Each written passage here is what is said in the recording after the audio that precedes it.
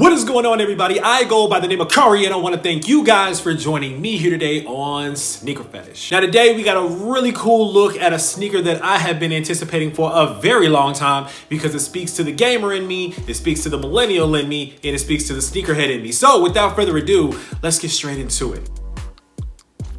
Boom. And there it is, ladies and gentlemen. This is the Paul George PG 2.5 PlayStation. Now, it made a lot of sense and it was very timely that they decided to come out with this PG 2.5 because shortly after, around the same time, I believe maybe on the same day, as a matter of fact, that this sneaker came out, this came out.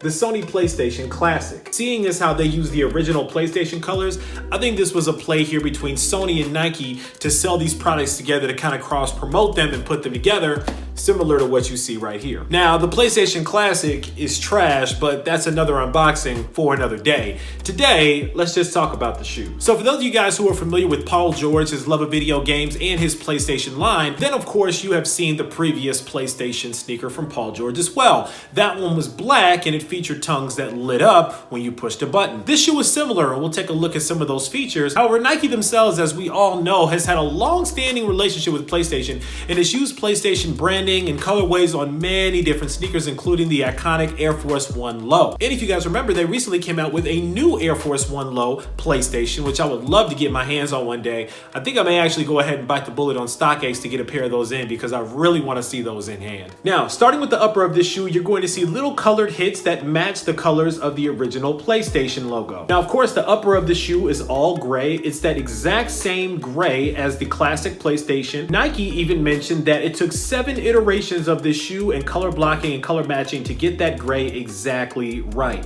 They were very, very serious about making sure that the colors all matched exactly to the old school logos from PlayStation. On the lateral side of the shoe, in the heel, you'll see that classic square, triangle, circle, X, similar to the symbols that are on the PlayStation controllers. You'll also see that nice crimson colored swoosh here on the midsole on the lateral side. Green eyelet on the lateral side of the shoe. Yellow eyelet on the medial side of the shoe, along with a blue swoosh. Now, getting into the Velcro strap of the shoe, you can also see those same PlayStation symbols from the controller as well, along with that nice Nike swoosh right there on the tip of the Velcro strap. And on the inside of where the Velcro strap is, you can actually see the 2.5 right there. Now, on the medial side of the shoe here, right inside of the arch of the foot here, you're going to see 93552.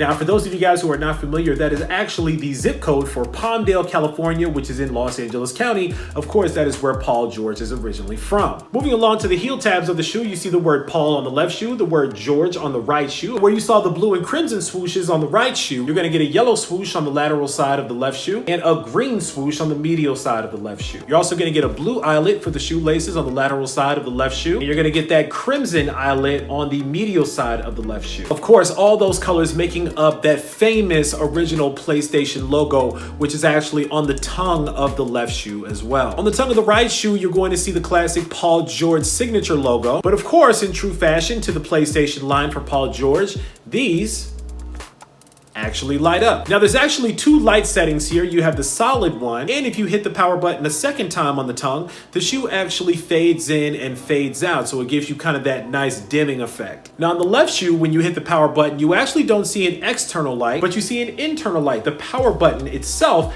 actually will come on and illuminate on the inside of the shoe, and in similar fashion, you can actually hit the power button again, and it'll give you that same dimming out effect and bringing it back up. And that's pretty much it. Tell me what you guys think about the new Paul George 2.5 PlayStation. Like I said, I'm a big time gamer and I was practically raised between the Sega Genesis and then switching over to the Nintendo 64 and the Sony PlayStation, especially the PlayStation 1.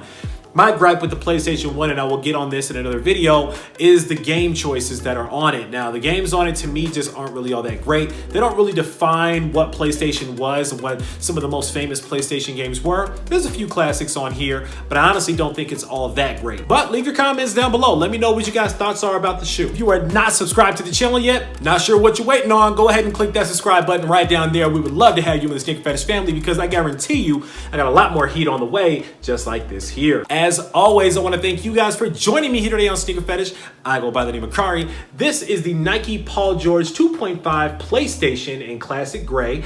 And until next time, I'm out.